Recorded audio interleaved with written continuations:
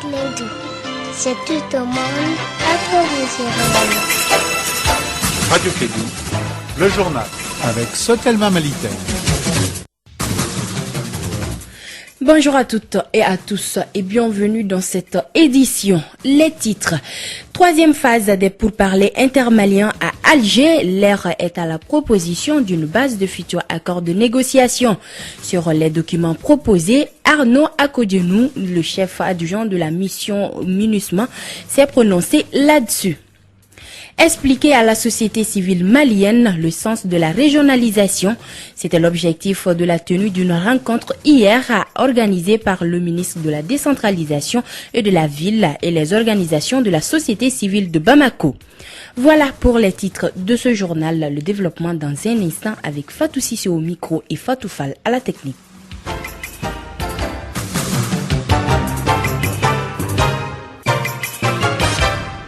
Mesdames et messieurs, bonjour et bienvenue à ce journal.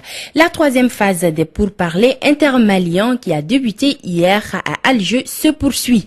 Face à ces pourparlers, le gouvernement malien reste ouvert au dialogue pour aboutir à un accord définitif, alors que les groupes armés ont exprimé leur inquiétude quant au retour à une paix définitive.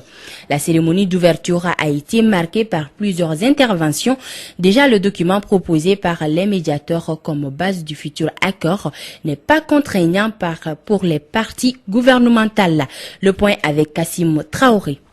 Un début de travaux calmes, sans grande divergence de point de vue. Abdoulaye Diop, chef de la délégation malienne. Toutes les parties prenantes, en particulier les mouvements du Nord, ont réitéré leur volonté de s'engager dans un processus nous permettant d'arriver à la paix. La partie gouvernementale, nous venons avec la plus grande des bonnes foi. Amberi Aguirissa, membre du MNLA. Il faut que l'Azawad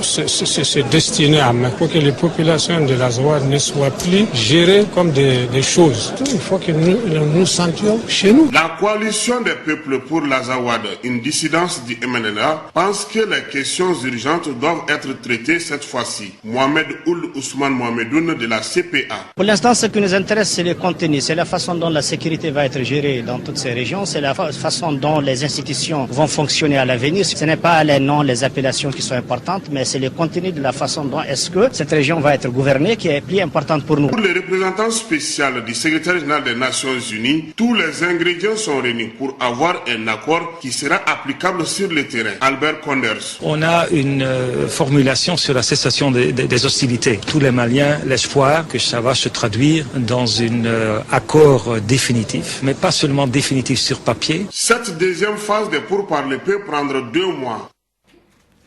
Écoutons à présent Arnaud Akodienou, le chef adjoint de la MINUSMA. Il s'est prononcé sur les comportements des groupes armés qui ne sont pas maîtres sur le terrain et le document de synthèse proposé aux deux parties.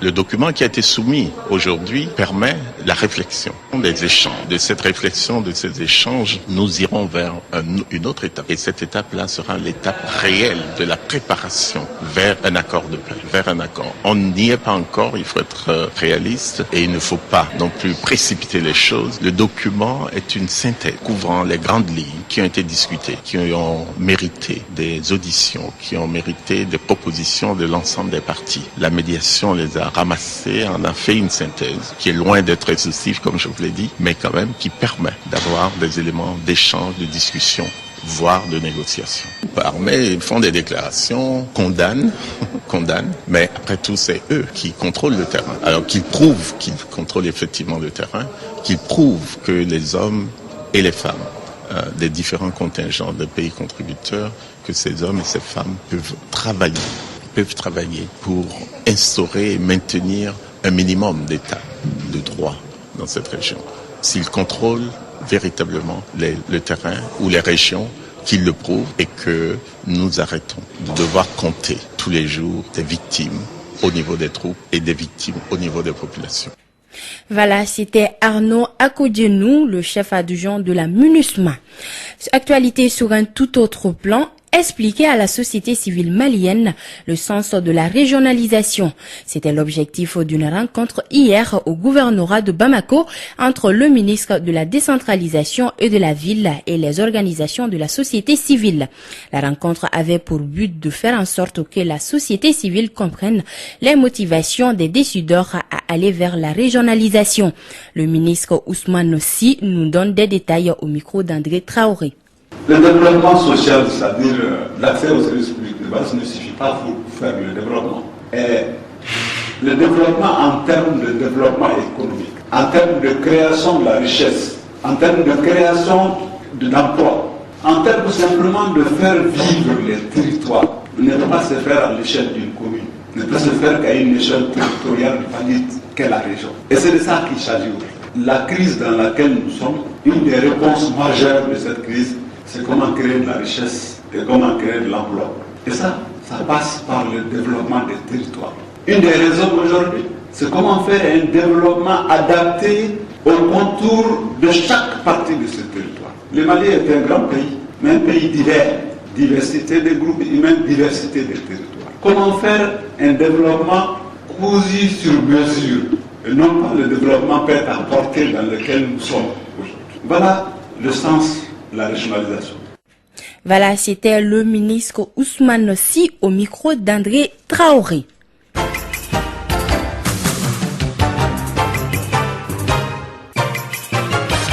Actualité dans les régions du Mali, permettre aux enseignants de Tombouctou de maîtriser la pédagogie des grands groupes. Tel est le but d'une semaine de formation dans la région et elle s'inscrit dans le cadre de l'exécution du programme Back to School, une initiative de l'UNICEF. Cette campagne doit faciliter le retour des enseignants et des élèves à l'école dans la région de Tombouctou.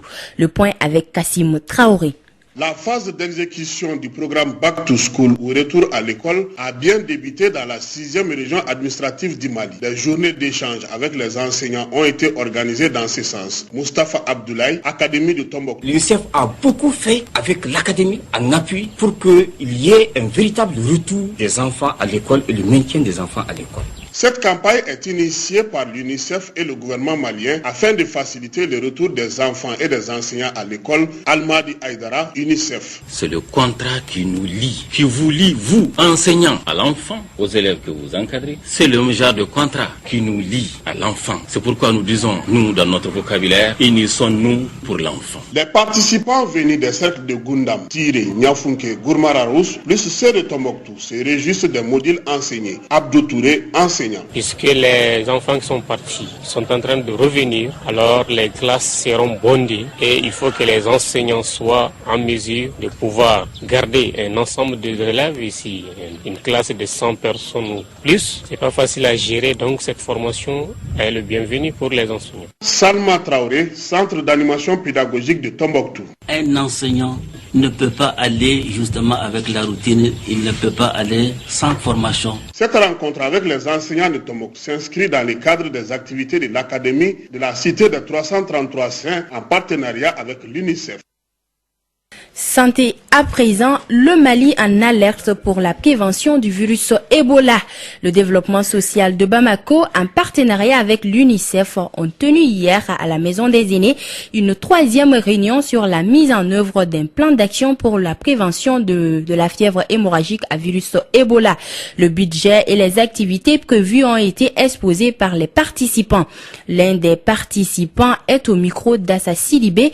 Il s'agit du pasteur Kanan Djibril Touré, secrétaire général de l'AJMPP, à l'association des groupements d'églises et de missions protestants évangéliques au Mali. Et cette réunion avait pour but effectivement de valider les activités qui avaient été élaborées par les différents acteurs dans le district de Bamako. Je veux parler du Haut Conseil islamique, je veux parler de la conférence épiscopale, l'Église catholique et de nous-mêmes, la GEMPEM, plus les chauffeurs, le Récotrad, tous les relais qui existent à Bamako et bien d'autres structures qui participent justement à l'élaboration des activités par rapport à la prévention du virus Ebola. Chacun doit s'y mettre quel que soit le peu qu'on a donné aux différentes structures, pour que on puisse vraiment informer le plus grand nombre possible de personnes afin d'éviter toute pénétration du virus Ebola. Et nous, à notre niveau, nous avons l'orientation des pasteurs sur le message Ebola, donner l'information sur les équipes afin qu'ils puissent à leur tour également organiser des sessions de causerie et même d'information au niveau de leurs églises. Nous allons également procéder à la diffusion des messages sur la radio confessionnelle. Par rapport à cela, il y a déjà le CNEX qui a élaboré des messages qui ont été validés par le ministère de la Santé.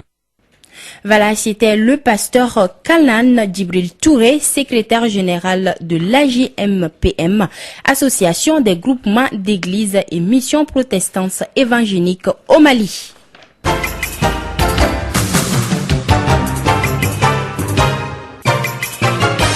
Sport football, avant de terminer avec moi en direct dans ce studio, Sekou Kone. Sekou Kone, bonjour. Bonjour Fatou Cissé, bonjour à tous. Bonjour. Ligue des champions de l'UEFA, la 3e journée a donné son coup d'envoi hier.